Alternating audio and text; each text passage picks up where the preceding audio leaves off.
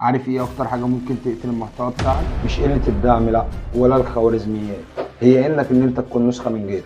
بص، صناعه المحتوى بقت زحمه جدا، والكل بقى شبه بعضه في الديكور وطريقه الكلام، حتى المواضيع.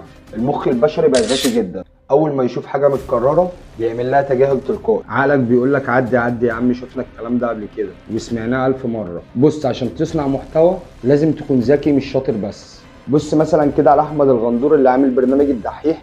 وقت ما بدأ كان بيعمل فيديوهات علمية، كان في ناس في الساحة تقال جدا، بس هو حب يميز نفسه بطريقة سرده للحكايات وشخصيته اللي كلنا عارفينها، خليته نعرفه من أول ثانية حتى لو احنا مغمضين. واول لما تسمع اعزائي المشاهدين، السلام عليكم ورحمه الله وبركاته، تعرف ان ده الدحيح على طول. بص، تسال نفسك سؤال صعب: لو احنا شلنا اللوجو اسمك من على البروفايل، تفتكر ان الناس هتعرف انت صاحب المحتوى ده؟ لو اجابتك كانت لا، يبقى انت لسه مجرد رقم في الزحمه. وانت كمان لو عاوز تعرف ازاي تطلع بصمتك الخاصه اللي تميزك في وسط صناع المحتوى، تابعني عشان الفيديو الجاي ليك انت بس. وابعت الفيديو ده لصاحبك صانع المحتوى وقول له تعالى نتميز.